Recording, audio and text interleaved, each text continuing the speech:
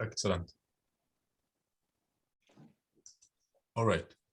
Yes. So, Bismillah ar-Rahman ar-Rahim. Brother Mumtaz, thank you so much again for inviting me. I really appreciate this invitation. And while all of us are busy and we work with very, very hectic schedules, I think that if we don't commit to some time to study our mushaf, our book, I think we will never do it. I just to I had a 2-hour seminar that just finished it half an hour ago about a different subject altogether. But this is something that even on a weekend, it's important for all of us. It always makes me rethink questions that I thought I had the answers to. So before I go into the subject, I mean, it is not surprising that it should not be a surprise that Allah did mention punishments for the most egregious offenses. And we did talk about in the past that how the core of the deen is not the prayer nor the zakah, which are important on their own, right? But the core of the religion is what are the nine commandments, or some people think that there are 10 that Allah mentioned in the Quran. And so this brings us to theft. It's impossible that Allah left the punishment of theft, because there's two things that to make the person unease, uncomfortable, insecure, lack of aman. And these two things are killing. Someone violates the sanctity of your soul. And the second one is someone violates the sanctity of your belonging, your property. So there's nothing else that I think one worries more about than one's soul. Of course, not just one's soul, but the soul of the people who are related to him or her. And of course, the property. And so it had been understood traditionally that that the punishment of theft is to chop the hand off. Now, when we try to reason this out, when we try to find out where did this come from, the proponents of this punishment, or this qasas, not had, qasas means taking away from someone, or punishment, i.e. punishment, but had is the limit. So the proponents of this qasas theory, they go back to the Mus'haf, and especially Surah 5, verse 38. Surah 5, verse 38. And they produce the verse which says, وَالسَّارِقُ وَالسَّارِقَاتَ وَالسَّارِقَةِ فَاقْطَعُوا أَيْدِيهُمَا جَزَاءً بِمَا كَسَبَا نَكَالًا مِنَ اللَّهِ وَاللَّهُ عَزِيزٌ حَكِيمٌ. And now, if we were to discuss the validity or the interpretation of this verse, sorry, let me back off a little bit. We can depend on this verse to understand what is the punishment of theft.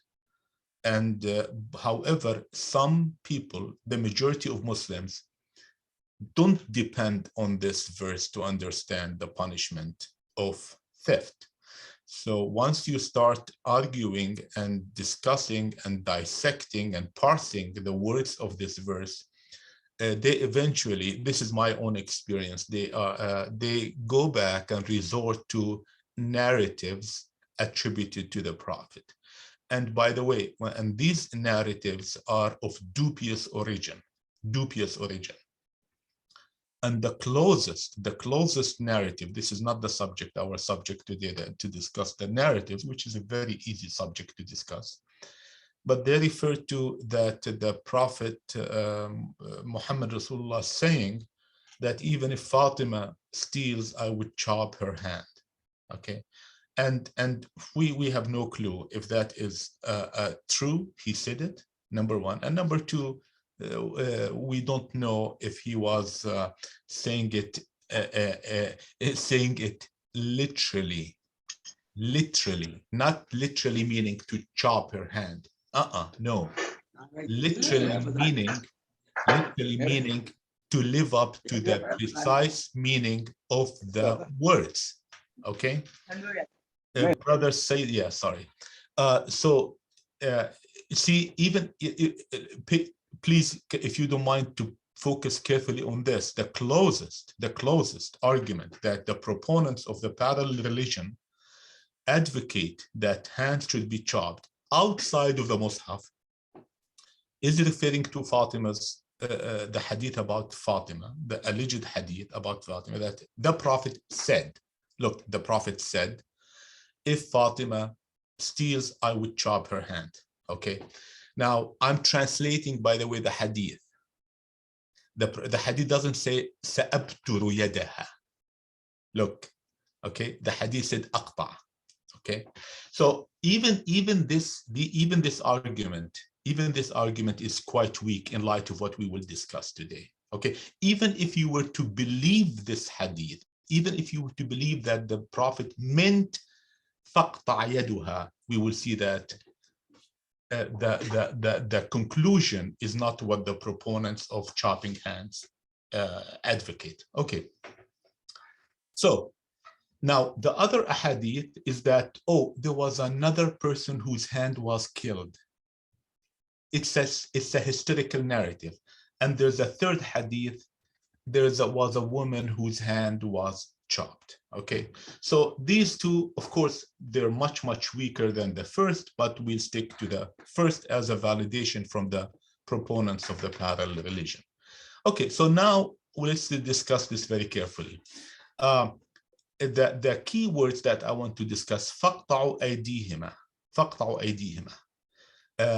So this is the first phrase, وَالسَّارِقُ وَالسَّارِقَ فَقْطَعُوا أَيْدِيهِمَا.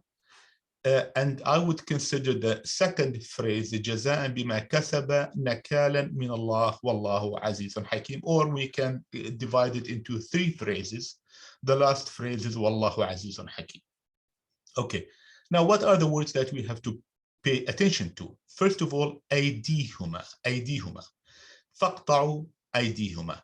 Now, the first thing that comes to my mind, the very first thing, is that أيديهما, أيديهما is not يديهما. Okay, so this is what Allah says here, أقطعوا أيديهما. Okay, أيديهما. This is reproduced from the verse, but this is يديهما. Okay, notice, يديهما, يديهما is أيديهما is a plural of, sorry, there is أيدي. أيدي means hands, can mean hands, أيدي, plural. أيديهما, their hands.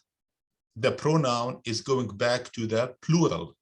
It's a plural pronoun, أيديهما. Okay, now, am I saying anything controversial? Not at all. Just Google أيديهما in Arabic. Just say what is the meaning of أيديهما. So there's no controversy. Okay, there's no controversy on that. أيديهما is the plural of أيدي. Sorry, is referred to أيدي. There. هما, ما, هما, there. أيدي, in other words, if I were to look, just to make it easy here. Okay, see, I just divided the two. Okay, that's better. أيدي هما. أيدي is plural. Okay, هما is the pronoun referring to what? To plural, to them. يد, يد, okay, يد, يديهما. It's from يد. يد means one hand, one. So the first impression is that Allah is saying that chop there. If we were to believe that cut, فَقْطَعُ means cut, it means you cut their forehands. Okay, forehands. Now, if you believe that, according to some, in my opinion, apologists, who said والسارق والسارقة, it's referring to a species, a type of, if I may say, a type of people, it's plural, okay? Then it's the same things apply, whether it's one and two or plural. أيديهما is the pronoun referring to أيدي. أيدي is plural. Now, I did check, by the way, the justification that what they have said about this on major online Islamic websites, so to speak, and the justification does not stand any grain of logic, absolutely. And I welcome anyone to. This will take a lot of time. I mean, if there's a need later on, I can flash in front of you one of those major websites what they say. I'm sorry to say it, but in a summary, it's a lump sum of contradictions, because they give you opinion A, opinion B, C, D, E, and then at the end they say Wallahu alam. Okay, so bottom line is that أيديهما, the most logical thing is أيديهما. If you were to think of أيدي, it's plural, but we'll explain that further. Now, that's the first thing. The second is فاقطعوا. Okay, فاقطعوا. Now, does أقطع means to يبتر? In Arabic, يبتر is to chop. Okay, فاقطعوا, what does يقطع mean? And then the last one we're going to focus on is نكالا. Very important, very important.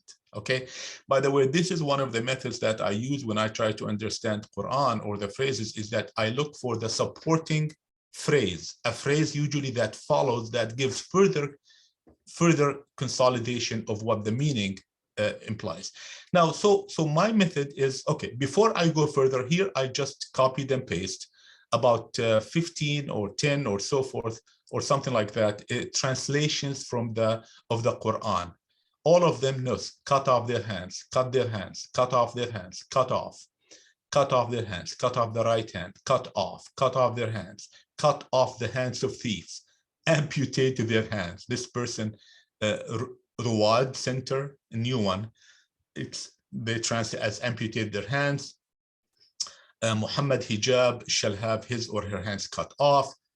Sahih International, which is, by the way, the least credible of all. Anyways, so all of them, you can see that all of them have, they translated as to cut off the hand. So when I say the method of classification, this is the method that Allah refers to in the Mus'haf as tartil. So I never invented this, nor the one who, nor others like Muhammad Shahrur, who is the one who we're thankful for pointing us to this method, okay? Because this is a game changer. So tartil has nothing to do with the way you pronounce or read Quran, not at all. Tartil is from rattala, to put things, to classify, to put things in a manner, in an orderly manner, okay? And let's do this exercise, by the way, is not difficult. It's not difficult at all, but it can be laborious. In other words, you may spend some time doing it, but you know what? I mean, we usually spend 5 years trying to understand one book on electromagnetics. So there's nothing wrong if I spend about 5 days trying to understand what a word means in the Mus'haf.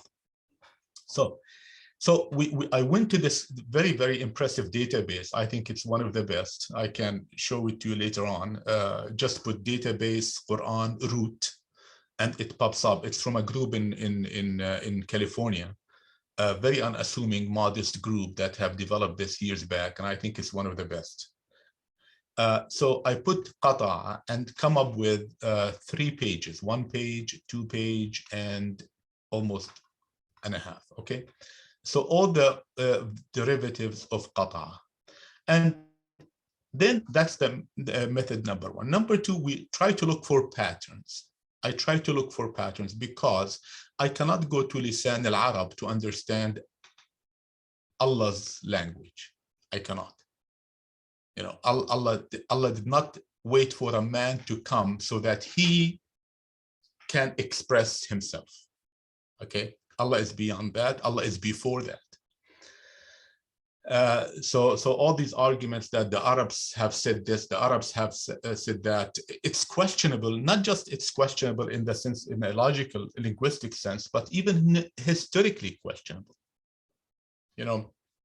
not to deviate from the subject, but it's very important footnote, is that Taha Hussein, one of the most famous linguists of the 20th century, he was ridiculed. There's a lot of controversy about Taha Hussein, but there's one thing only that I think shook the boat, shook their idols, is that he questioned what people typically refer to as the Jahili poetry. He questioned if that really originated before the Prophet. That's huge. His thesis is mammoth. Okay, he said no, this was concocted, created later on, and it makes a lot of sense. If we Muslims, if Muslims, historians, people in general cannot attribute correctly something to the Prophet, who's more important as a human, would they really care about attributing poetry to some poet? No, they won't. Anyways, so when we do this classification, let's start. The next step is we do the classification. Next is start the observation. Let's read this. Surah Al-Hashr, of course, by the way, the verse, surah number is here, the ayah verse number is here. So I'm not going to mention this. You can read it, you can see it. But in the first one, 59:5, Allah says, مَا قَطَعْتُم مِّن لَيِّنَةٍ أَوْ تَرَكْتُمُوهَا قَائِمَةً. So please, I'm not going to translate all of these. I'm going to focus on the verb and the subject. Okay? The verb and the subject. Is it the object or the subject? The subject, right? The subject. You eat the apple, right? Eat is the verb. Apple is the subject. Am I correct? I can't hear anyone. Yes. Yeah. It could be noun or subject. Yeah. Okay. All right. So. Sir, I'm sorry. Apple is the object. Object is the thing on which the work is done. Okay. Object. You're absolutely. مفعول به. You're absolutely right. And مفعول به. It's noun. Noun. Yeah. Okay. It's a noun. But thank you, brother Said. In Arabic, المفعول به, the one you act on. Okay. The thing you were acting on. Okay. So ما قطعتم من لينة. قطعتم here is one of the occurrences of قطع, and لينة is the object. Okay. No, we look at the object. First of all, there's the word قطع. قطعتم means, or let's say you cut for now. But aside from that, لينة is singular. Okay. Notice قطعتم قطع with a فتحة قطعتم من لينة. So the first observation is nothing much so far. Let's look at the second one. ثم لقطعنا منه الوتين. قطعنا. We did the act of قطع. Here you plural did the act of قطع. Here we, okay, plural did the act of قطع, and the object or مفعول به is what? Is singular. Interesting. Okay, look at this. فأنجيناه والذين معه برحمة منا. What is this al-watin means? You know what? It could be the vein, the jugular vein, or something.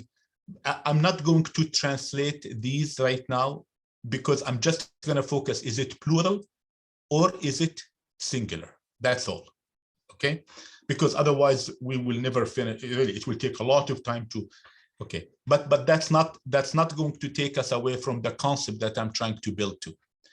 The third one. فأنجيناه والذين منه برحمة منا وقطعنا, again, and we قطع دابر الذين كذبوا. دابر is singular.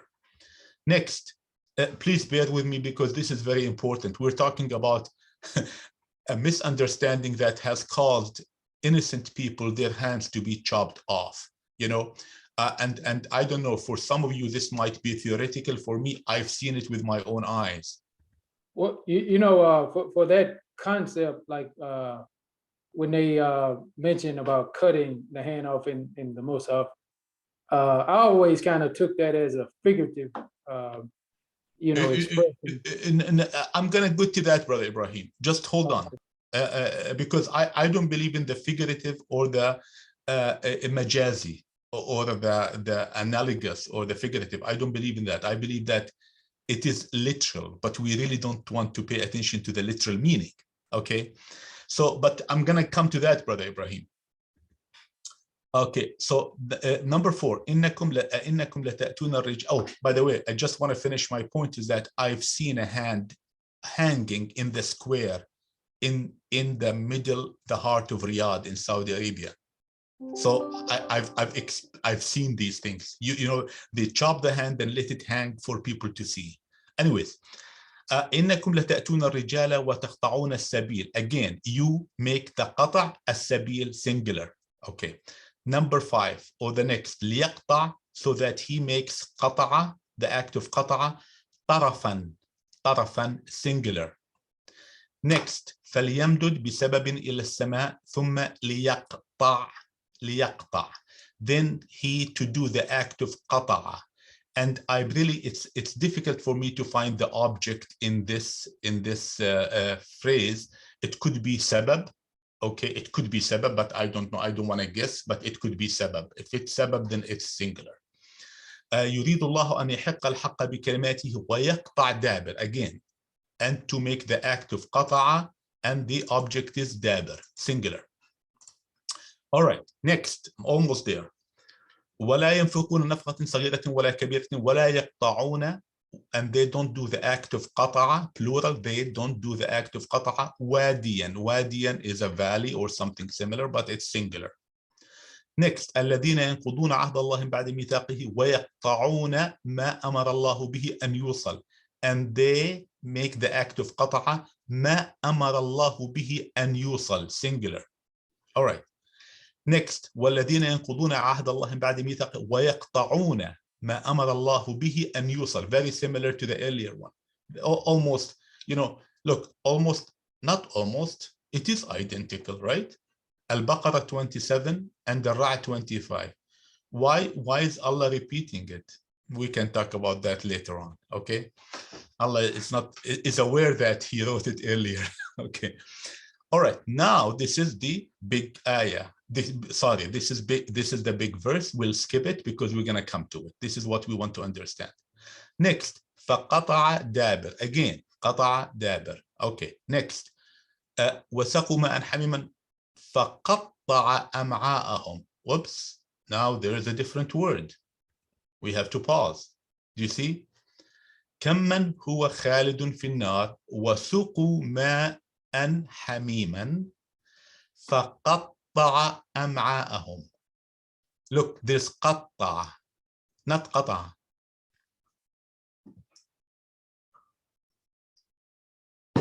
So what is the observation we make? The object, مفعول به, is what? Is plural. Is the plural of أمعاءهم, is the plural of intestines. Okay, something similar. Allah did not say فقطع, said فقطع.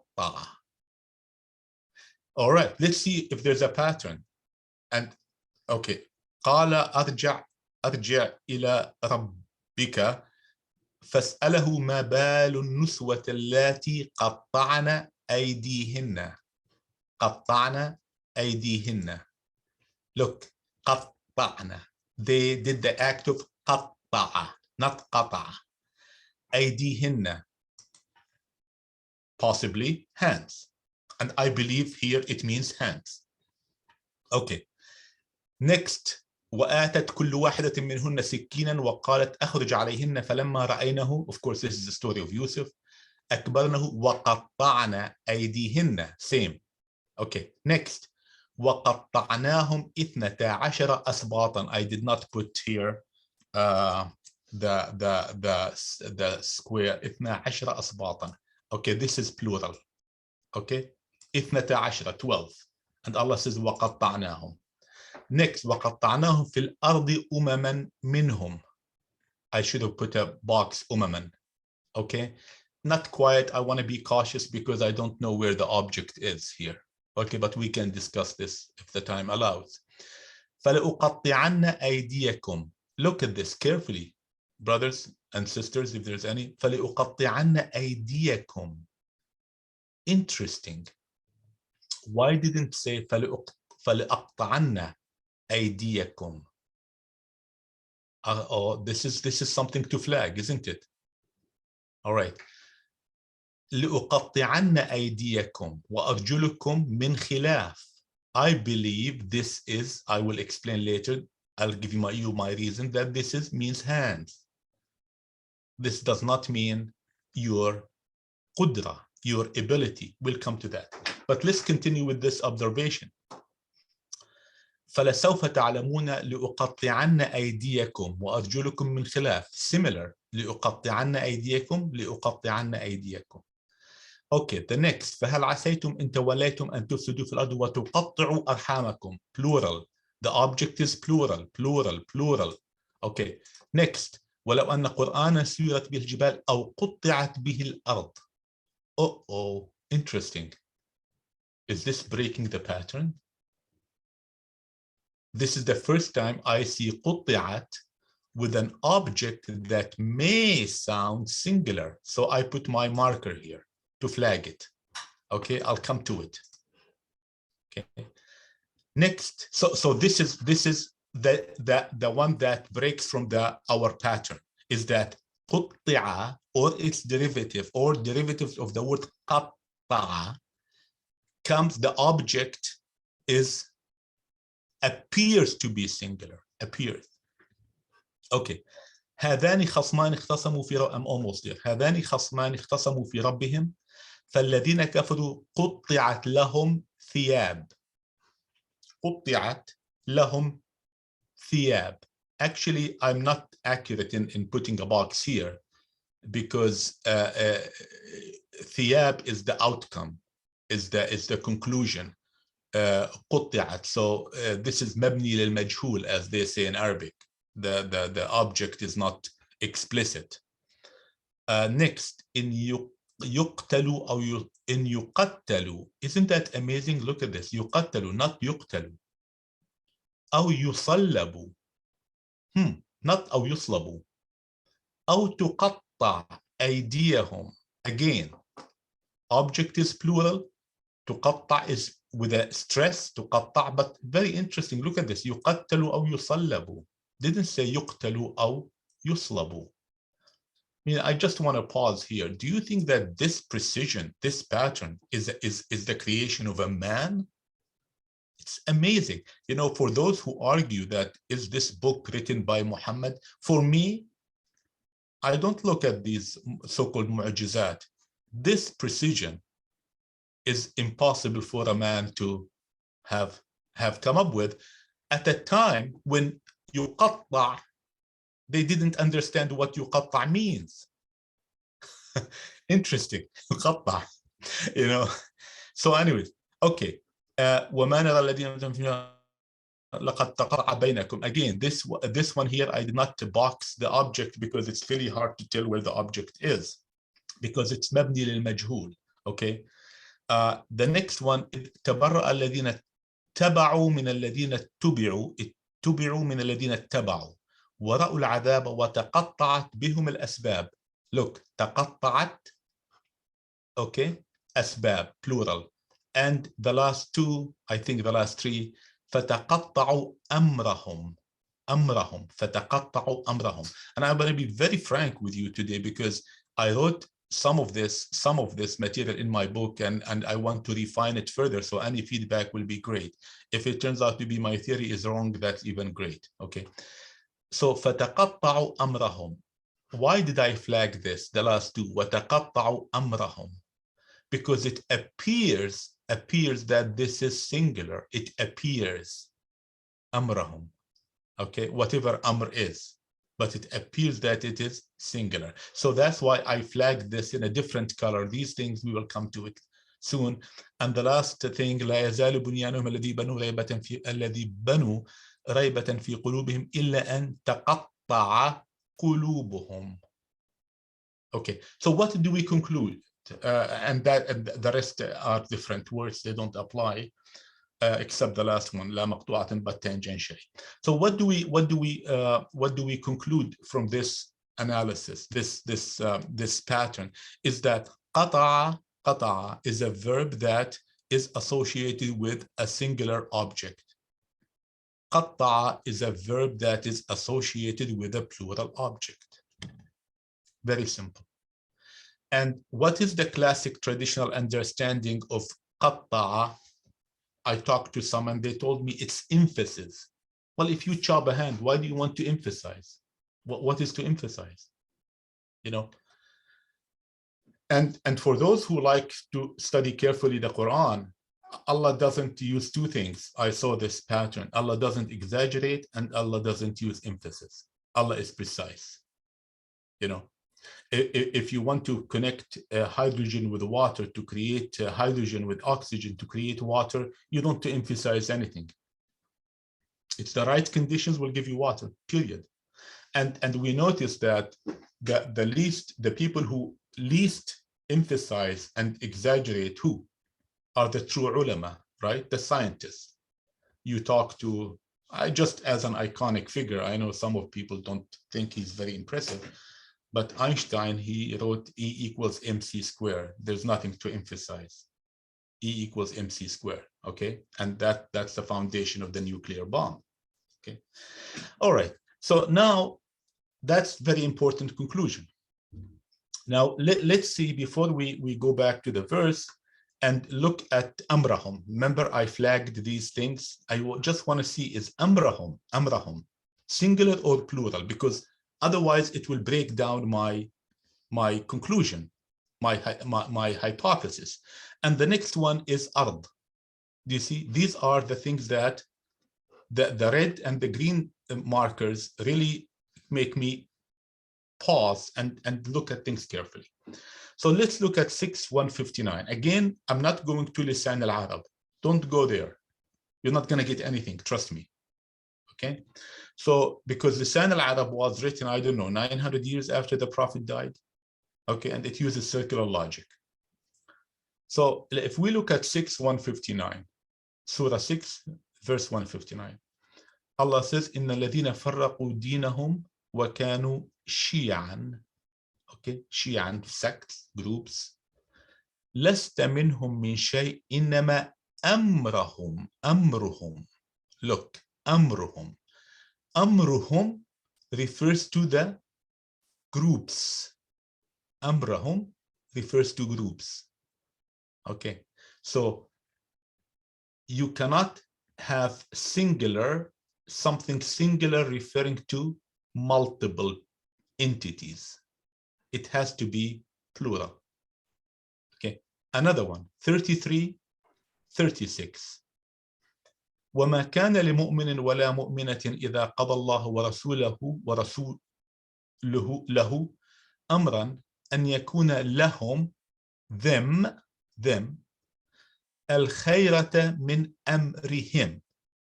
So the أمرهم refers to لهم, to them. So أمرهم cannot be singular. Cannot be singular. All right. Now the first thing when I look at Amr, I thought that the singular, look, the singular of Amr is Umur. Now I looked, did Umur really show up in the Quran? Yes, it did, in the Mus'haf. لقد ابتغوا الفتنة من قبل وقلبوا لك الأمور. But is Umur, is this the plural of Amr? I don't think so.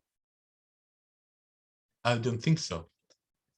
Okay, so my conclusion here, just to clear this green tag, green comment, is that Amruhum is plural, is not singular, based on these two verses.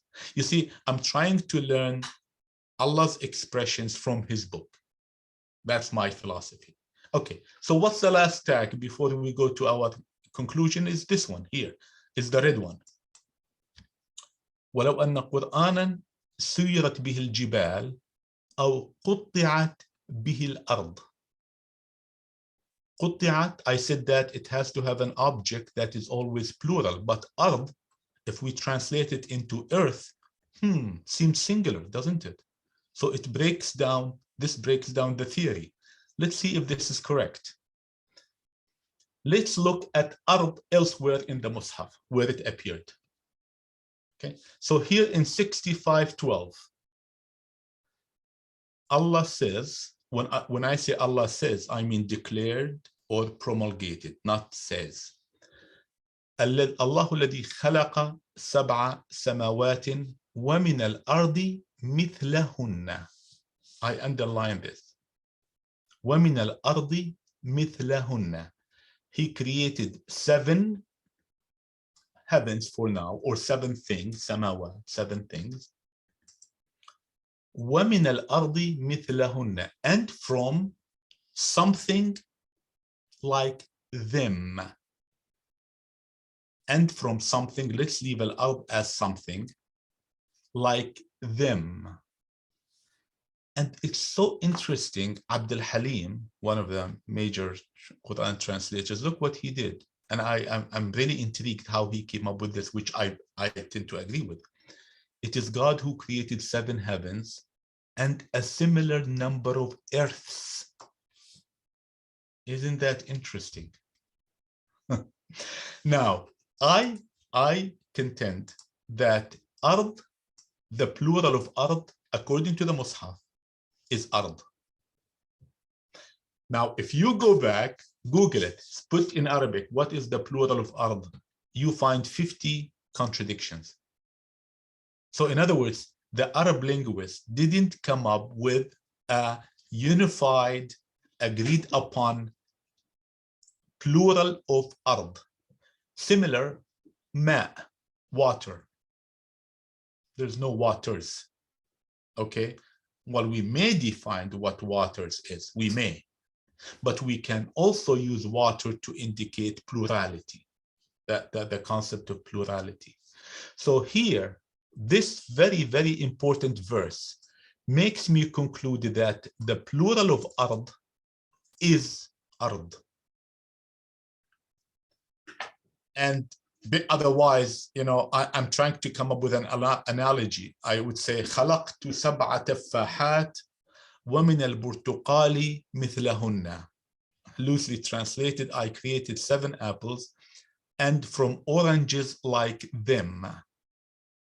Versus, I created 7 apples and from an orange like them. The second one does not seem to be meaningful.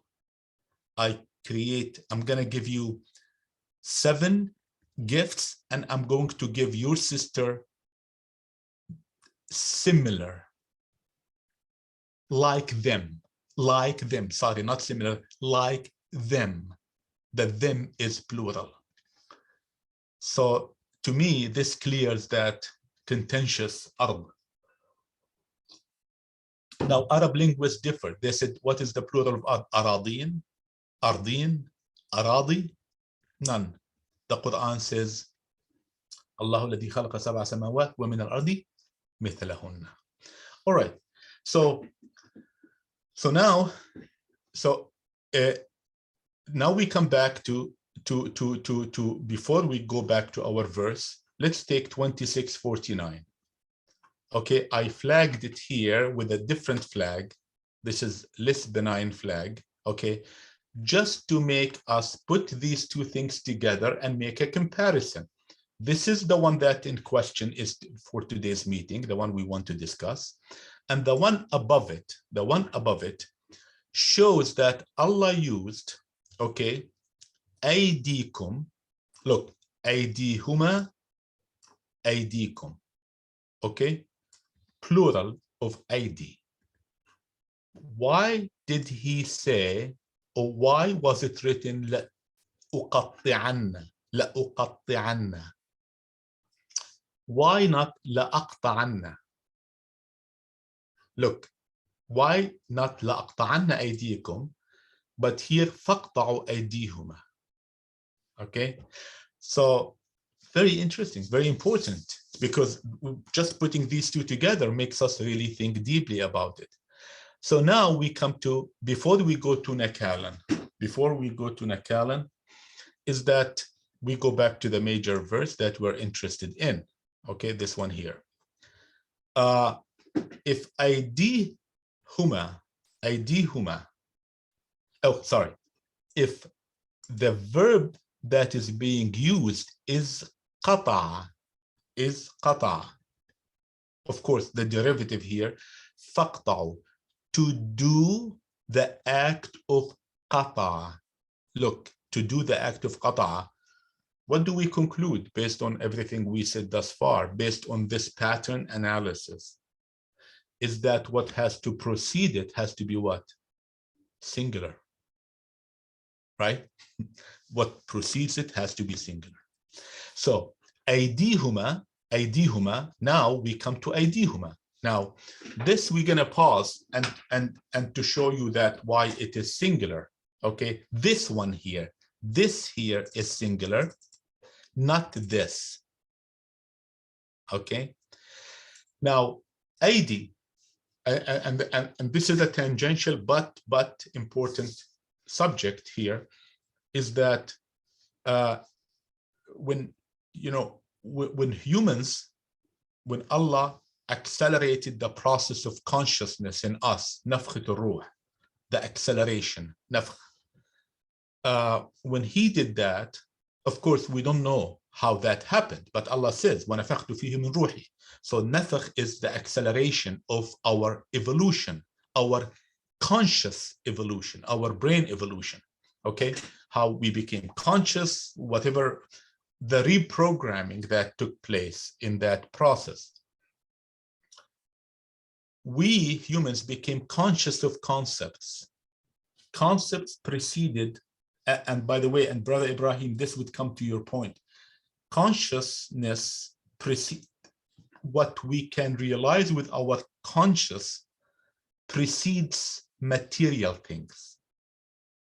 First, always there's a concept. First, there's a concept, and then there is the material.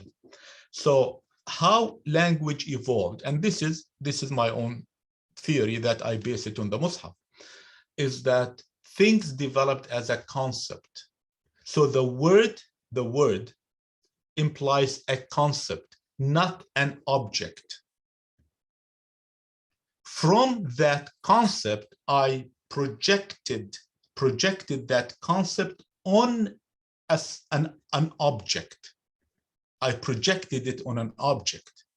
So yad, if we look at yad in the Mus'haf, and people say, well, the literal meaning of yad is this, I disagree completely disagree.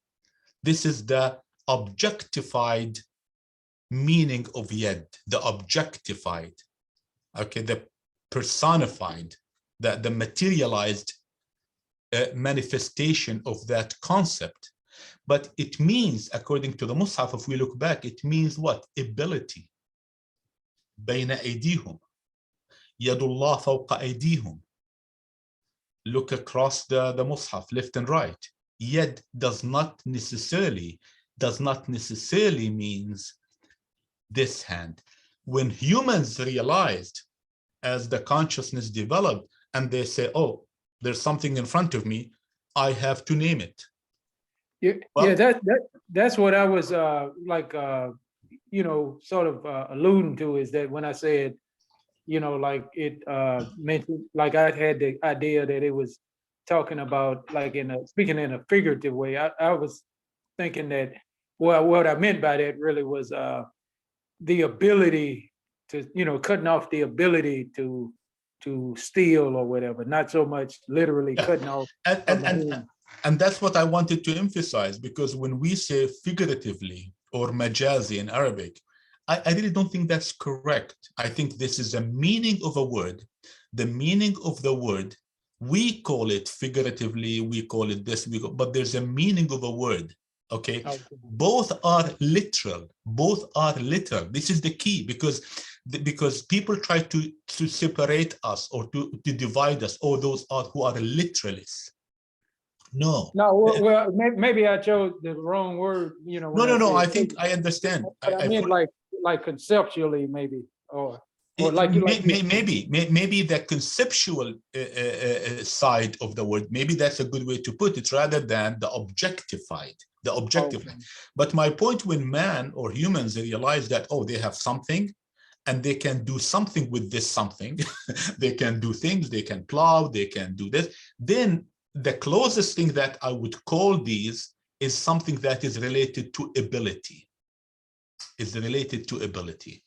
Anyways, so that's why, I mean, many people have argued in the past that you want to take people away from the theft, from society.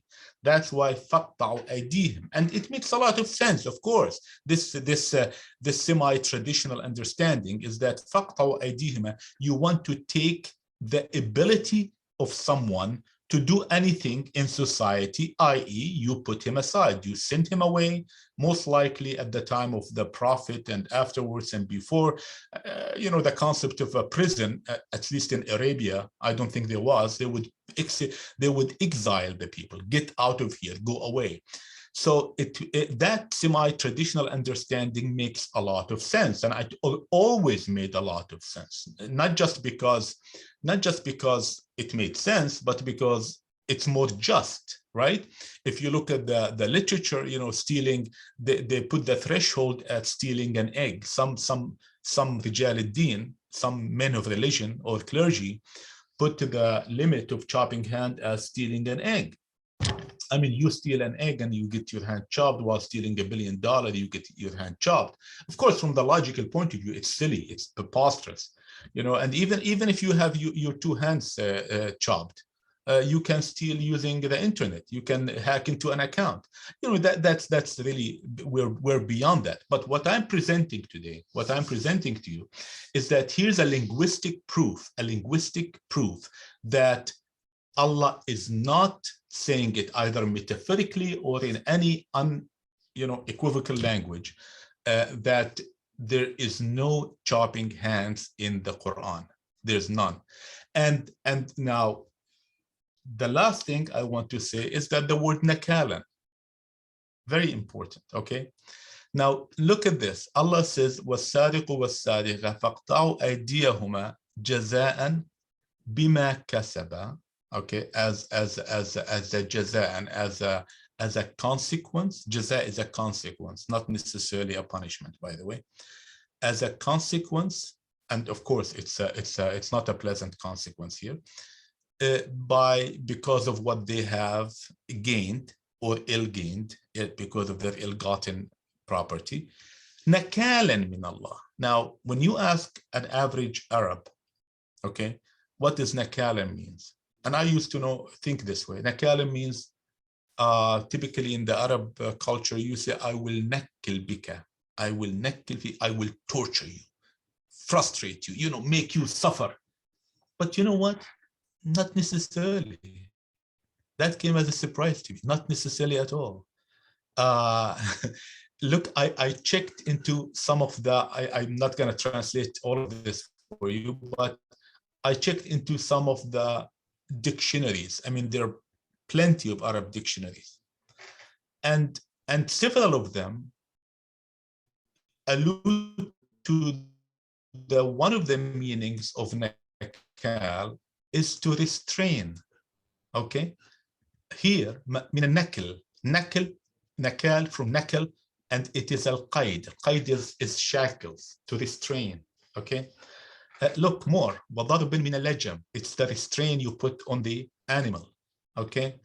And then very interesting verse, Muzammil 73:12.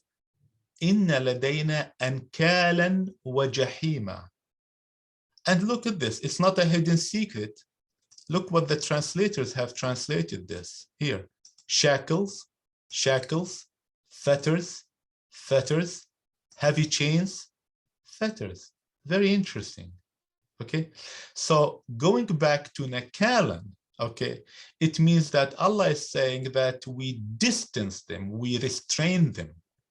Okay, there's a system of, Allah enacted this punishment, so there will be a restraining basically, i.e. prison. Okay, i.e. prison. Now Allah gave the guidelines that to manifest his sidq, the truthfulness, or the validity of this message, is that there's no society in the world that tells you that theft is good. There's none, zero. And all societies except some of our backward societies, they enact the punishment precisely that Allah has enacted or commanded in the Mus'haf. And number three, if Allah's justice has to be manifested in his doctrine. The punishment of theft by prison has a scale. You steal an egg, you go for a 2-hour jail. You defraud tens of thousands of investors from their lifetime savings. You probably need to go for a life imprisonment, okay, in prison. So the justice factor rhymes beautifully with this understanding. And I think I am 12:54. I will stop right here. Okay. Yeah, I have a question. I just want to make sure I'm Just a understanding. minute, let me explain something more. This ayah, which you mentioned, after this ayah, there is another verse which says that if they repent, then you have to apply different means. But if you cut their hands, then you can't do anything. This 65:12 and 65:13. Yes. So probably 65:13 explains that there is a remission. And once the hands are cut, there is no possible remission. So it means that hand cut is not there. It is to separate those hands from the society and the imprisonment type of a thing. And then if they repent, then there is some repetition of less imprisonment or more time in the prison and something like that. What do you think? Yes. By the way, did I get the number correct? Is it 65 or not? I'm sorry, I apologize if I made a mistake. Is it 65, 30, 12? I think I made I think I made a mistake here. 538. Sorry, 538. Yeah. Sorry, yeah. I don't know why I wrote here. Yeah, 538. That's correct. Yeah, 538, 539. Yeah. So let me go to this important question that Brother Mumtaz raised. 538 right here. It's much faster on my iPhone rather than okay. فمن تاب من بعد ظلمه. You're referring to the next verse. فمن تاب من بعد ظلمه وأصلح فإن الله يتوب عليه. Okay. I think this is. I think Brother Mumtaz, to use this verse as a proof that there's no to counter those who say there is hand amputation is not very strong, is not very logical. Okay, I mean we agree on the theme, but I'll tell you why it's not logical, you know, because Allah says فَمَنْ تَابَ مِنْ بَعْدِ ظُلْمِهِ وَأَصْلَحَ فَإِنَّ اللَّهَ يَتُوبُ عَلَيْهِ. Allah will give tawbah to that person. That is different from the societal punishment. Do you see? One can argue that way. So I don't think that's a proof. I really don't think that's a proof that the type of argument and its parallel is very valid when you talk about the so-called stoning punishment, right? That's where it's valid when Allah says they will be punished half of the punishment. You know, if you kill a person, what does half mean? Right? I think the relevance is there. Well, yeah, I have a question. Okay, like as far as like this concept of hand,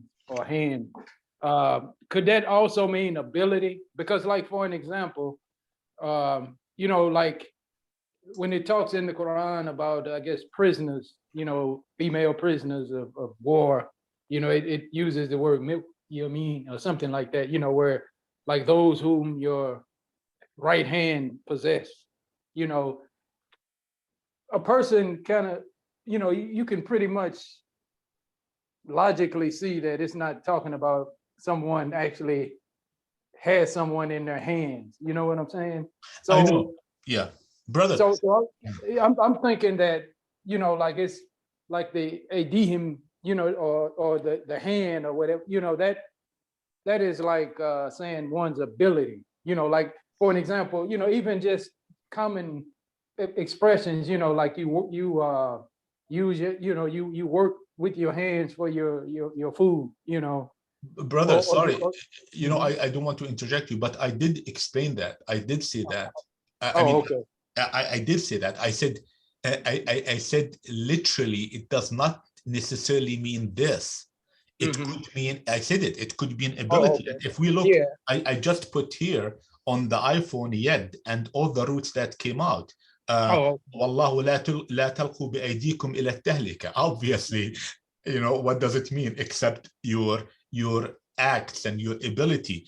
يد الله فوق أيديهم, the hand of Allah. غلت أيديهم. Of course, there are many, and this brings us to the important thing of the context. But we're trying to go in this presentation is to go one level further. This is not a philosophical level. No, no, no, no. You know, I'm not arguing that, oh, it should be this way because we advance. Like some people, unfortunately, they say, oh, we're in an advanced society where we should abandon the cutting of the hands. No, there was no cutting hands to start with. You know, that's my point. But yes, you're absolutely right. I mean, look at this. There's 110 ayahs, verses in the Quran, 120 occurrences. قل إن الفضل, just randomly I'm picking, قل إن الفضل بيد الله. Of course, how do you interpret this? بما قدمت أيديهم. قل لهم كفوا أيديكم وأقيموا الصلاة. I can go on and on. Good. So, Dr. Hamid, yeah, unmute yourself. Dr. Hamid, you unmute yourself and ask the question. All right. Okay. So I have a question, because when we talk God here, Allah did not specify, he did not define the punishment or define what sarqa means. So first of all, anytime any society make a code of law, they have to define definition that this, if you do this, this code is there. If you fulfill the code, you are be able to given the punishment. So God has left it open for the society to decide. When you develop an Islamic society where you say nahnu narzuqukum wa iyyahum, when you have given basic necessities to every individual of the society, it's the first priority is the society gave all the basic necessities to the citizens. And if then, again, you still have to define the sarqa. And if the person comes into code of law, you know, when you go to the court, you don't say, oh, you, let me give you an example. Let's say a father and son goes to steal something. Sarqa means you are taking away somebody's property which is protected. Okay. So if it's not protected, you can steal it and it doesn't come into the definition of sarqa. So now if the father and son goes, what father does, make a hole and make it unprotected, that thing. And the son goes and steal it. So both does not come into the code of sarqa because it was unprotective material which he stole, so he doesn't go into sarqa. And the father who did the hole is not a stealing. So what I'm saying is, all these things God has given you the basic had, basic limit. And then so when the society developed, Islamic society as Quranic society, when they implement Quran as a constitution, before they start cutting hands or giving any punishment, The only 4 punishment God has given in the Quran for the qatl jurm, the qatl. Number 2, the mutiny, means going against the government, and the doing the sarqa, and zana. So he literally gave himself, he recommended, but he did open-ended. He did not specify define the sarqa and also define the punishment. So that is according to any society who developed Quran as a constitution and provide the basic necessities, food, shelter, education, medicine, everything. So then if somebody is mentally upset, or he has the habit of stealing, or he what we call kleptomanic. So if he's a kleptomanic and he repeatedly do that, then that means you don't cut their hand. Majority in Egypt and Pakistan, 50% of people are stealing. So you're gonna cut everybody's hand. So the society, what do you left with? Nothing. So what I'm saying is, like when in Hazrat Yusuf alayhi salam story, when he came into the room, the girls were cutting their hands. Does not mean they chop their hand. They just make a little cut. So it was a zakham, not cut. And nikala means God, now right away God says nikala min Allah, means nikala means to put a stop on thing. Anybody who does act like that, you try to put a stop. How are you going to put a stop? Any law God is giving, in my understanding, at the end of the law, God uses 2 attributes of his. And those are the attribute has to be fulfilled before you apply that law. So the 2 attributes at the end of is Azizul Hakim. Aziz means the power of his, he can decide whatever punishment he can do. And Hakim means it has to be on hikmat, based on hikmat. So that means in a society, what you do is you provide education about that. Yu'allimul kitaba wal hikmah. You give them the knowledge and the education and the change their minds about that society, how you're going to live. We provide you everything. You don't have to steal. So basically, all these things has to be fulfilled before you even think giving a punishment to somebody. If, like in Hazrat Umar's time, when there was a famine, and he literally gave the permission in his time, Umar the Great, he said, from the ghalla, from all the material thing to eat, and whoever does steal should not be punished, because they know that they're all hungry, because it's like a famine. So he said no punishment if somebody steal. So that means there are not one thing, even though in the Quran at the time it says if a slave steals, punishment is half. If a normal person steals, punishment is full. If the ummahat, the wives of a prophet or anybody family member steals, punishment is double. So everything we have to put it in context to figure it out what is going to be the punishment, because punishment does not mean you have to just chop hand and chop the head. Means you have to take some measures, preventative measures, education, and you have to have a definition. If you define our istalahat of Quran, the majority of the problems of the society will be solved if you just define what it means. Because we don't define what is Islam, what is Mu'min, what is Sarqa. We don't put a definition on it.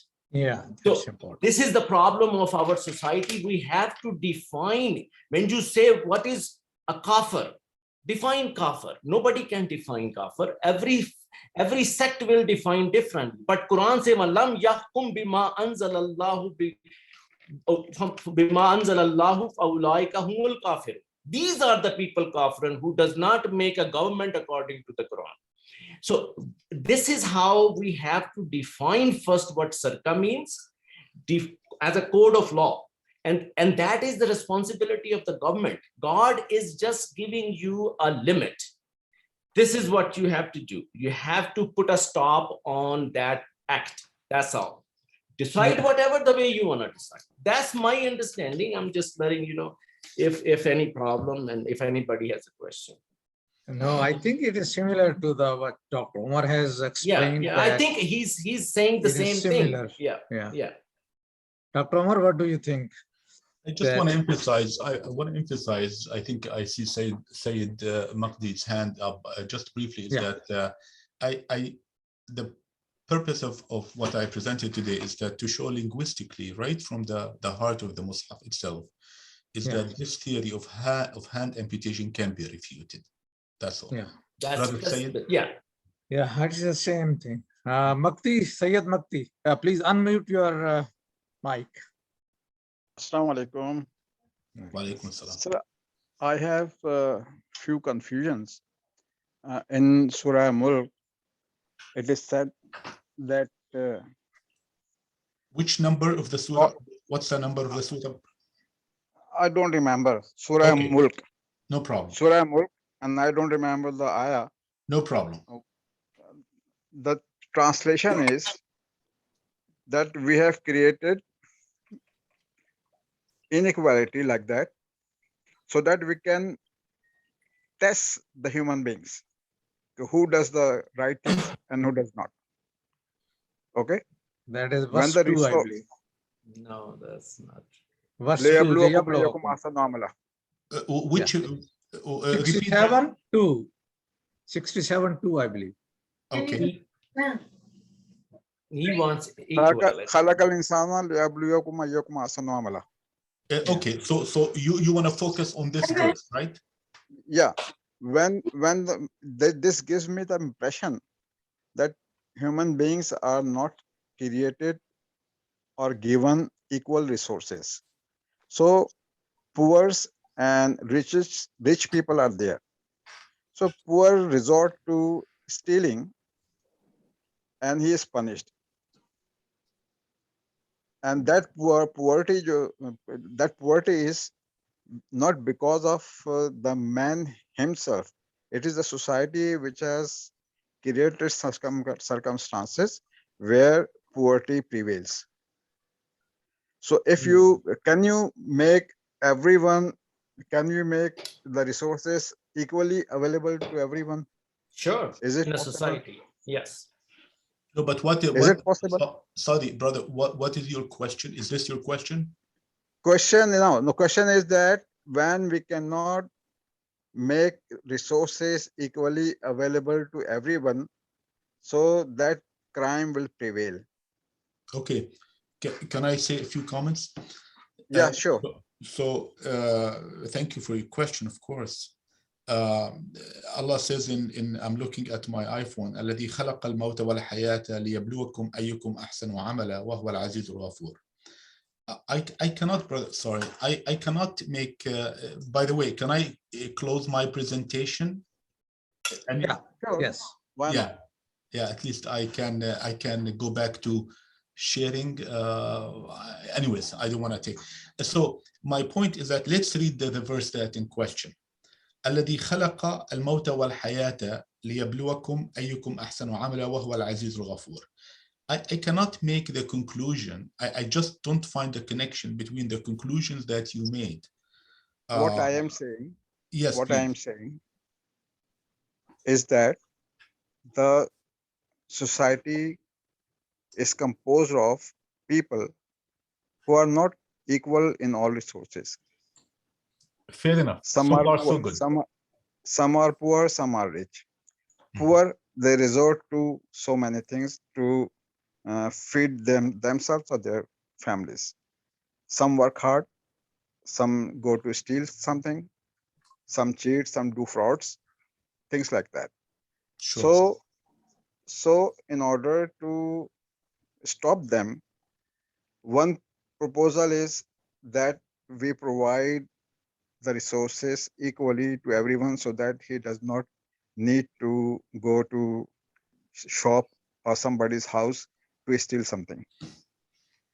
My question is, if this is possible to make resources equally available to everyone, if it is possible, then we I- can stop the crime. Sure, but my contention with your hypothesis is that I teach at the University of Waterloo, and Jeff Bezos has I don't know $160 billion, and obviously our incomes are not the same. I know my one of my uncles is living on a very menial retirement fund, and so I don't see any problem. That is not that it depends on many factors, because I want to connect it. I don't want to talk about predestination. We did cover this extensively in the past, but I want to talk about this concept of equality and so forth, and egalitarianism, and would that prevent theft or not? Brother, we all know. I mean, really, the data, which I call haqq al-yaqeen, shows that the poorest people are the ones who least to steal. This is data. This is fact. Okay, and the people who are so wealthy are the ones who are most to steal, and not just most to steal, but in terms of volume of how much theft they do, in terms of volume. So I'm sorry, I mean, I cannot find the validation to this, to your point. And Okay, okay, here's an example. take it other way around. Can you create equality so that somebody does not steal? If rich people are stealing, then they should be punished. But we're talking about something different, brother. I mean, we don't That's have this agreement. economics. We Yeah. we don't have this agreement on this. We're talking, I mean, the focus, I mean, it's up to Brother Mumtaz. We can go and talk about anything we wish. No, But that is that's not relevant. That's economics. So economics mean that yeah, yeah. he actually means that if the system is wrong, that creates poor and rich, Inequality. then But poor is brother, stealing. So why he punished? Brother So that Mumtaz, I is, think that's a relevant point. Thank you. And what I want to say is that there's something so powerful about the divine revelation, i.e., the Mus'haf. yeah. The most powerful about this, which tells me that this has come from a higher power, okay, not a man-made thing, is that there's no if and but about theft. There's no if and but. It's wrong. No. There's no society right now on this planet that look at theft as, okay, it's all right, it's okay, let it pass. Even though rationally, i.e. human-rational, because rationally we have to qualify it, okay? Human-rationally, sometimes I say, wait a minute, but you know the famous Robin Hood model, Yeah, that he yeah. would steal from the rich to give to the poor. But Allah came and tells us this is wrong, even if you know that he's scavenging the wealth of people. Theft is wrong. Now, if a poor man who steals, or a woman for that matter, and they go to the judge, and the judge hears their story, yes, that's where Brother Hamid, the comment comes into play. The judge has wisdom, and the judge look at things in a very contextual way, and say, you haven't had food for a while, and you stole. Okay, this time, just be careful. Okay, absolutely. This is part of this broad system that we have in Islam. But is theft justifiable? No. Allah says it's a wrong thing. You know, for instance, I mean, we can extrapolate. We can extrapolate so many examples, and I'm compelled to steal. I'm compelled to kill. For instance, the story of the companion of Musa. You know, we cannot. We have to be cautious here. We cannot look at the previous people who lived thousands of years ago and the doctrines that were revealed to them as our doctrine, because at the time of Musa, maybe it was okay to kill someone. The human sanctity, the soul sanctity, was not maybe of a level that was worth protecting to the level that we have nowadays. So we cannot, so they used to kill. At the time, just quickly, at the time of Ibrahim, and I love this story, the time of Ibrahim, I'm trying to put things in context in the sense that there are laws beyond our rationality, okay? Let's not go to Ibrahim. That's a beautiful story. Everybody knows it, but maybe the messages need to be revisited. But you know, I want to share with you briefly, just very briefly, the story of the 4 people. This is a real story of the 4 people who drifted off the coast of South Africa from a sinking ship, and then when they had to die, so they killed one of them. They killed one of them to survive. Yeah. Commendable. Well, No. do the math. 4 to die or 3 to survive. Of course, the human rational mind would say no. Logically, yeah. 3 Logically, 3 to survive. But when they arrived in the UK, England at that time, whatever it was called, when they arrived, they were tried and they were sent to prison. Okay, now they were following God's commandments, because no matter what, you know, look, Allah's math, Allah's rational thinking is different. The 4th should die rather than 3 survive. Yeah, I got it. I got your Okay. point, and that was what the point I was making, that punishment is there for some reason. Yeah. We need not to look around, okay, how can we avoid that? Yeah, that's it. But it's not, Okay. sorry, but Yeah. one word, but it's not chopping hands.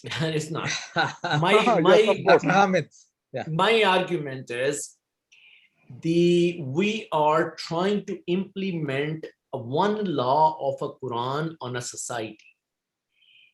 That law only be applicable if the Quranic society is available. You cannot implement a law where there is no Quranic society. Because what happens is, if you're not fulfilling the basic necessities of the citizens, you cannot punish them, because you actually punishment to the authorities then. You punish the authority because they haven't provided the basic necessity to the citizen that he's forced to steal. You see, there is a problem. The problem is not the punishment. Punishment only can be applicable of the Quranic punishment if the Quranic society is already established. If the people are not hungry, if the people are poor, if the people are stealing, and the government is also stealing, the government is also corrupt, taking all the money in like Egypt, like Pakistan, how the hell you can cut hands of a person who's hungry for days and not having a food? We cannot we cannot apply these laws. We have to be very careful. These laws only be applicable if you fulfill your requirement first, then the man will fulfill, the citizen fulfill his requirement. Brother, You know, can I Yeah. just say one thing? Please, I have to interject, is that we have to parse things carefully here. Brother Hamid, what you're saying, I fully agree with it, but there's two different things we're talking about. You're talking about the leniency and the applicability of certain laws versus the laws themselves. So I am talking about the laws themselves. You're talking That is about the important. applicability, and these are two separate things. The second, So basically we cannot applicable. Let's say in Afghanistan, let's say they say we're gonna put a Sharia law.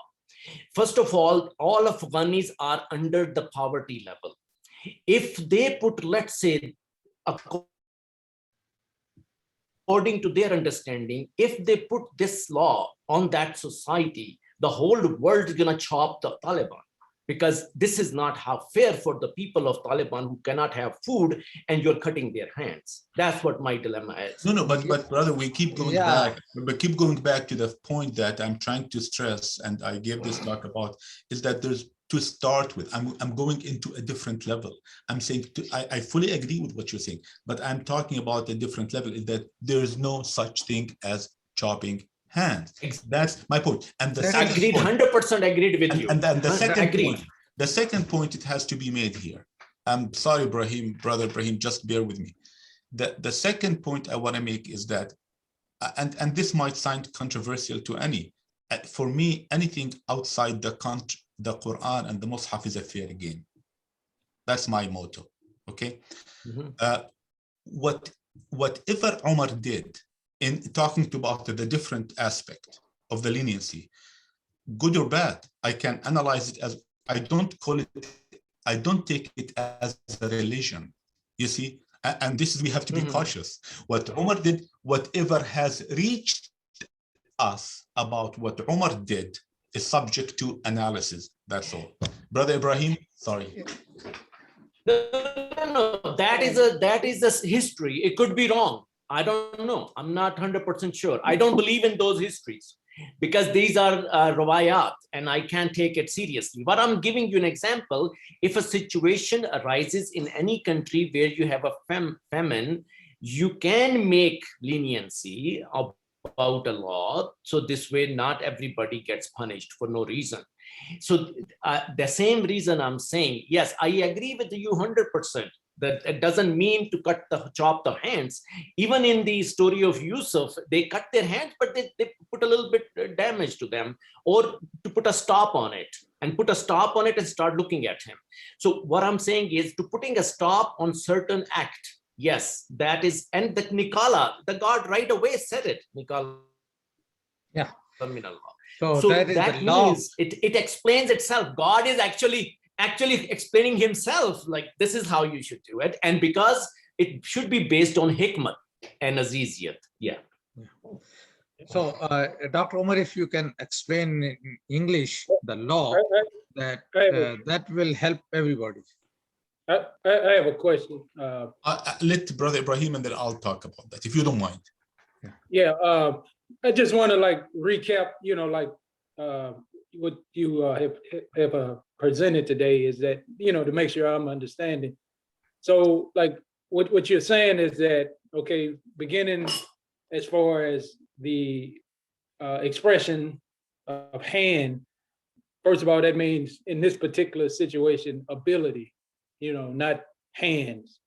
Okay, and then and as far as the cutting off, is basically saying cutting off the ability of a person to commit theft, and that to me that makes a lot of sense, because for an example, where I'm from, where I grew up at anyway, there are thefts have been taken to the next level, for an example with robbery and things like that. And I grew up among, real criminals, and the thing of it is that when people commit these particular crimes, they were able to commit them due to the fact that they had some type of ability that gave them the upper hand, for an example, a gun. When you rob people, people rob people that are unarmed.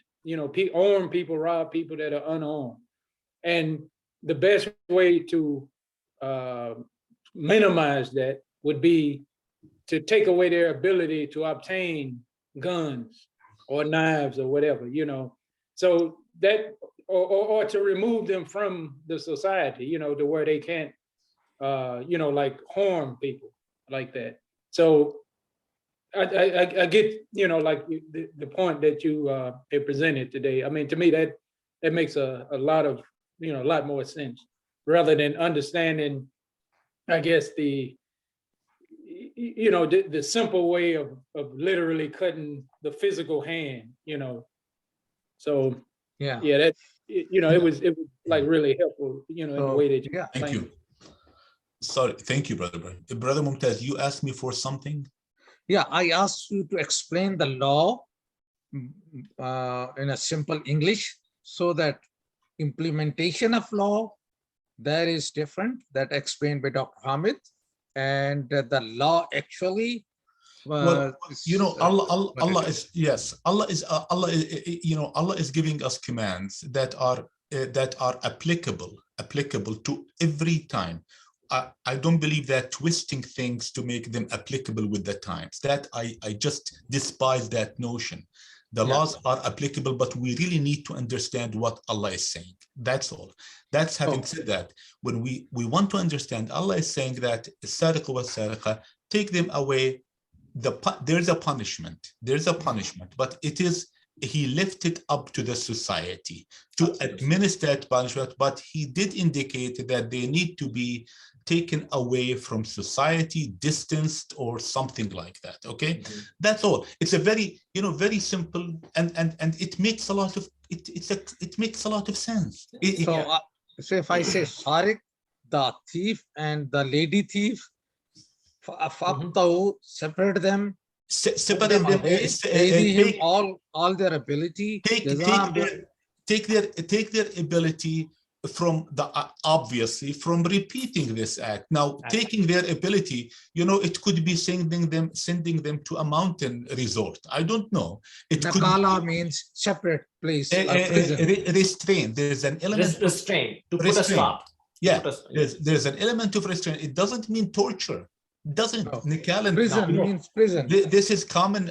This is modern Arabic. When they tell you "unakkilu bika," it means that I will torture you. But that's not what the Quran is saying. You see, so Allah left it very broad. And you know what? I mean, that's what all societies around the world. You know, when people think about the English common law, where did the English common law come from? You know, where did all the basic laws come from? That there is killing is wrong. Where did it come from? You know, theft is wrong, and there's a punishment for it. And where did this come from? I mean, this is commandments. This is a divine intervention. You know, I gave this example. You know, when those 3 people arrived in the UK at that time, they said, "Oh, you survived, great." You know, but we know it's wrong we know it's better to have 4 survive.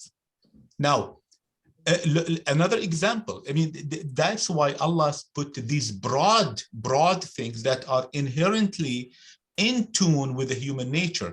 Another example is inheritance. You know, example is inheritance. One has God forbid, a paraplegic son and a very successful businessman or a woman, and he does not will to them anything special. Guess what? And only 2, by the way. Okay, let's make the math easy. Let's not get into the complex. Both are males. Okay, he has no mom, no dad, nothing, only 2. What will the inheritance? And he left behind $1 million.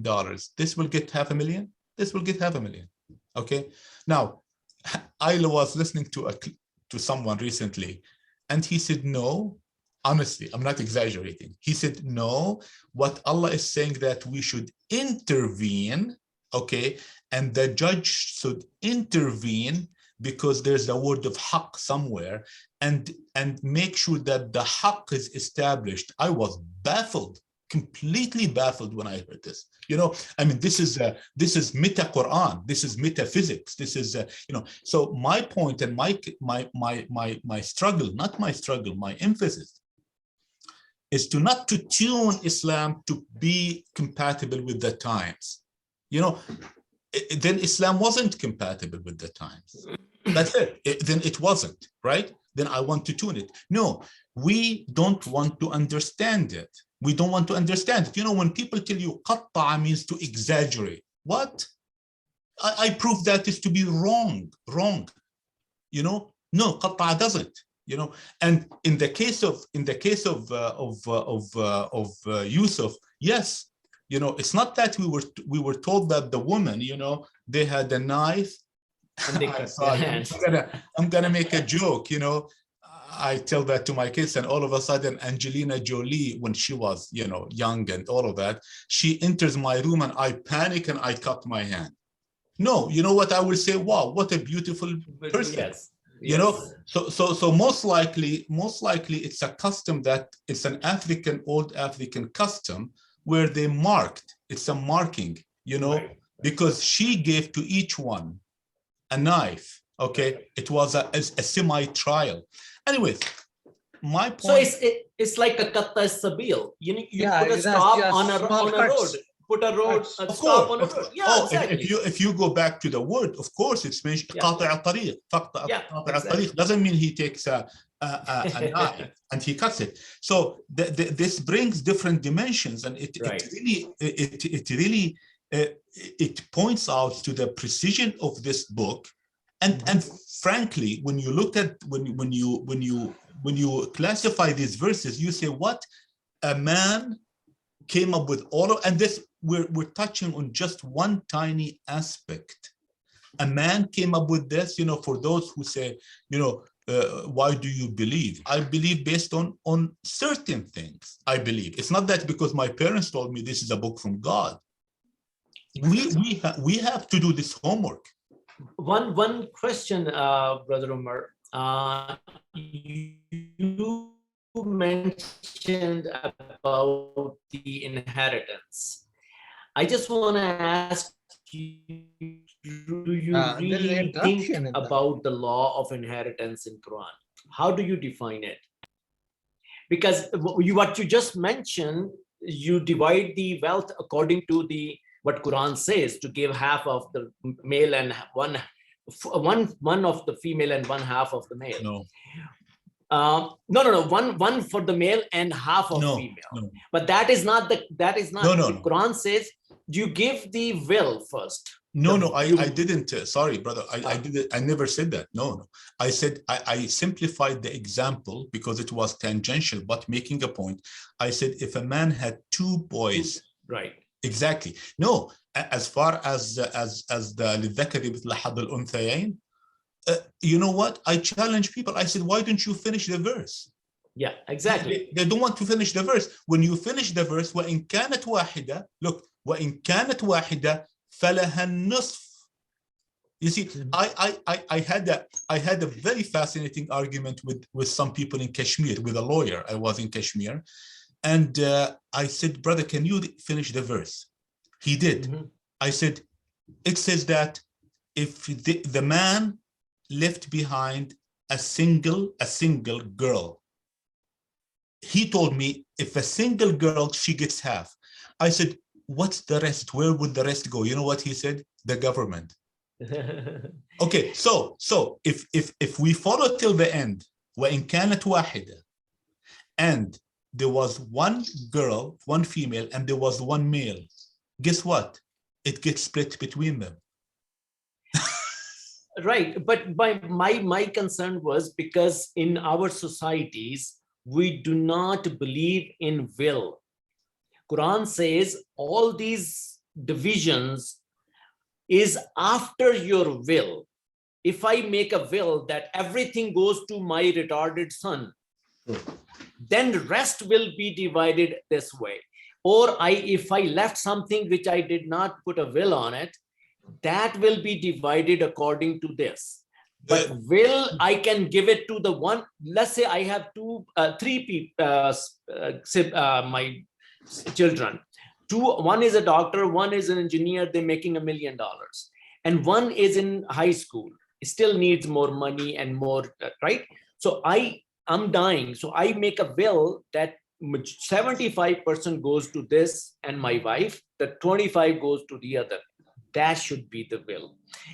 If I forgot something, let's say $500,000, that and did not put a will on, that will be divided according to that. Yeah. After the will, Brother, this is, I mean, you're touching about something which is has huge implications. Major I implications. agree. Major implications. You see, women, I'm really surprised that our sisters fight on trivial things compared to the bigger thing. They're losing the bigger thing and they're fighting over very minor, well, minor is relative. Okay, nothing is minor, but when it comes to the will, you're absolutely right. Allah gave the person the priority. The will is the priority. The will is the priority, and this is a very, very, by the way, interesting thing, because Allah says kutiba. When it comes to the will, Allah uses kutiba. Now, He didn't use a command directly. Okay, just like not for the mu'minun, not to eat the dead animal. That was a direct command. He didn't say kutiba, but in this context, he said kutiba. Now, yeah. So that has to be analyzed. Maybe in a separate time we can talk about it, because it made me think. It made me really think. It's very important, and it needs your full lecture. Yeah, it's like a kutiba alaykum as-siyam, kutiba alaykum al-qital. Yeah, exactly. And when it kutiba alaykum as-siyam, I believe that it's a choice. It's not a command. It's a choice. Okay, and I stand by it. I can discuss it later on. But here, kutiba khayran. Allah uses khayran al-wasiyata. Okay, why did He say khayran? Okay, my understanding, I stand to be correct, we can discuss it later on in great depth, is that it's a choice. It's a choice. Now, Allah gave the preference to the human to decide where his or her wealth is going to be dispersed. Allah gave them that first choice. Now, if the person did not exercise that choice, by default, Allah's will, so to speak, Allah's rules will take over. Now, if a person didn't take that, Allah is not going to reveal. This is my way of thinking how Allah operates. Allah operates. I'm not shy to use this example from the quantum behavior, because everything is quantum, right? Because everything boils down to these elements. So I can argue that everything is quantum, the building blocks at least. So if everything has a probabilistic feel to it, probabilistic description, then when it comes to inheritance, there must be a probabilistic description, meaning on the average, Allah's rules give you a balance on the average, not case by case basis. Because in this case, the example that we gave, and may Allah prevent anyone from having a diseased son, but this example that we gave, it doesn't make sense that the paraplegic will get $500,000 and the other one will get $500,000. It does not. But notice, the converse, the man, the one who died, or the woman, could have been a mean person. He or she could have given everything to the businessman and nothing to the paraplegic. You know, he could have, but that was his own money and he had the right to use it. See, this is, I think when Allah says, I created a Khalifa, I'm not saying that He created his Khalifa, not his replacement, okay? On this earth. Oh, yeah, on this earth, it means that Khalifa from Khalafa, someone who has some authority, and we have to respect that. But yes, now the last aspect as far as the inheritance, no, I think, you know, frankly, women got the bad end of the stick. I think women got, I can tell you horrible stories, horrible. Yeah. In my country of Palestine, and I think Milad is listening here, he can concur. When a man dies, the brothers invite the sisters and make a big dish for them and give them a gift or two and tell them to bag it. You know, shut up. Really, it happens till our day. Really. You know, Okay. now this is one thing.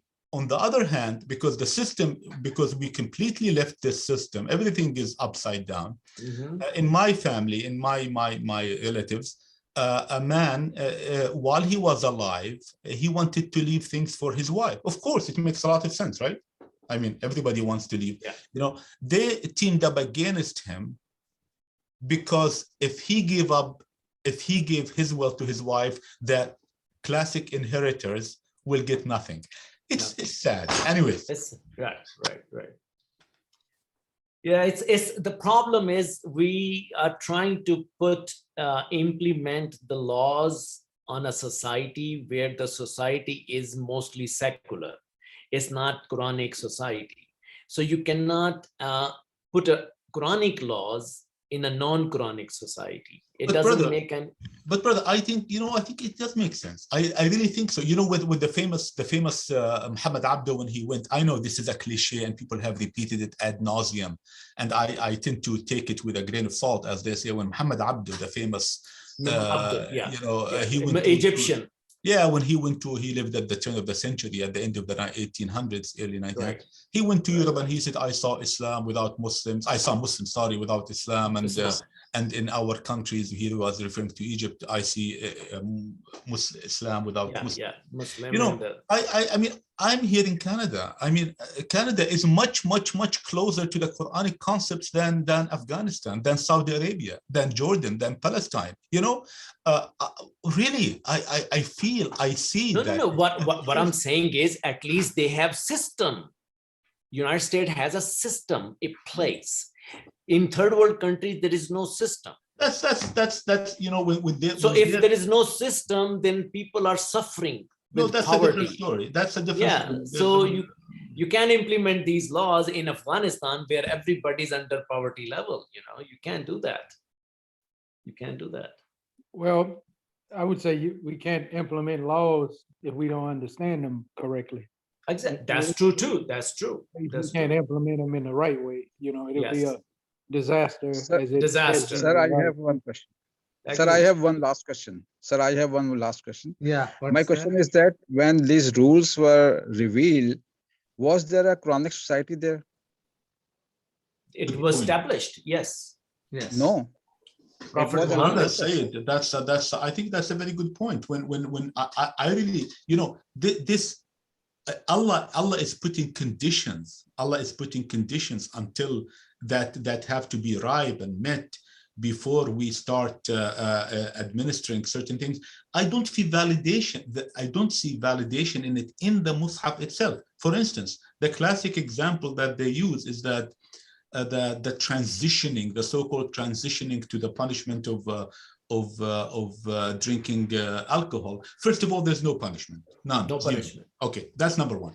Number two, what is this transitioning? I mean, if someone becomes a Muslim tomorrow, we'll tell him, okay, you have a grace period to drink and to womanize and all of that, because the argument is that, oh, he was used to it. I mean, come on, does that make sense? Doesn't make sense. So the prophet society, and we have to be frank, was very problematic, very problematic.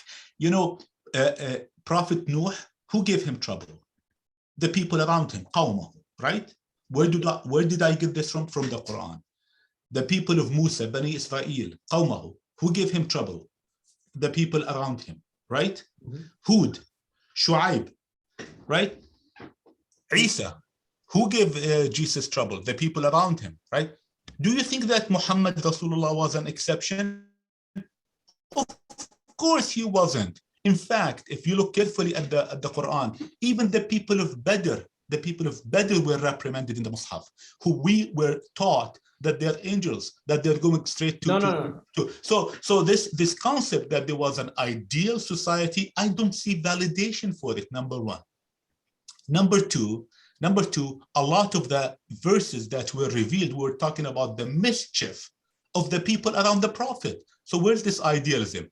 Number three, the prophet's flesh was still warm after he died, and they started pickering. That's history. Okay. It's not in the Quran. No. It's not in the Quran. Absolutely, absolutely. Yeah. But I'll tell you more about history, which is very hard to invalidate. I know, That- I understand. is that- History is. I know, but no, I'm talking about these people. In 10, 20, 30 years, they butchered each other. They butchered each other. Now, That's we can't- history. That's of history. course. No, that is history, but that's not my point. My But point those is are that facts. these are the people who were around the Prophet. The people around the Prophet, like Abdullah ibn Mas'ud, a famous, Sahabi, he had a different version of the Quran. No, Right? People around the Prophet, they were the most highest commanders. They were the most, if you look at the history, who commanded after that, I mean, he created those people within 23 years. And nobody has done that.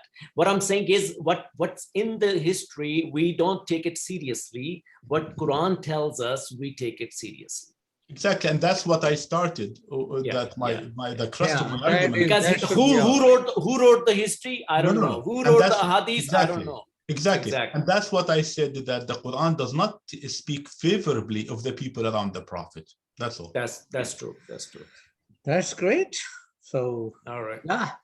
Now I I think think it's that, almost 2 hours. If there is any last question or comments, please come up. Yeah, I would like to say this as far as, the Quran. If we look at like religion, religion has evolved throughout history. You had the Torah, you had the Injil and, the Quran, and probably in other parts of the world, you had other scriptures. I think that a lot of times when we talk about, or when Muslims in general talk about implementing the Quranic principles into like some form of government, I think one of the biggest problems with that though is that the idea is that most Muslims, when they say that, they have in their mind some ideas about implementing something from a 7th century model into today's, world. And, I don't think that is even the message of the Quran itself. I believe that the Quran, is a universal message, for all times. And I don't think that the 7th century is its starting point even.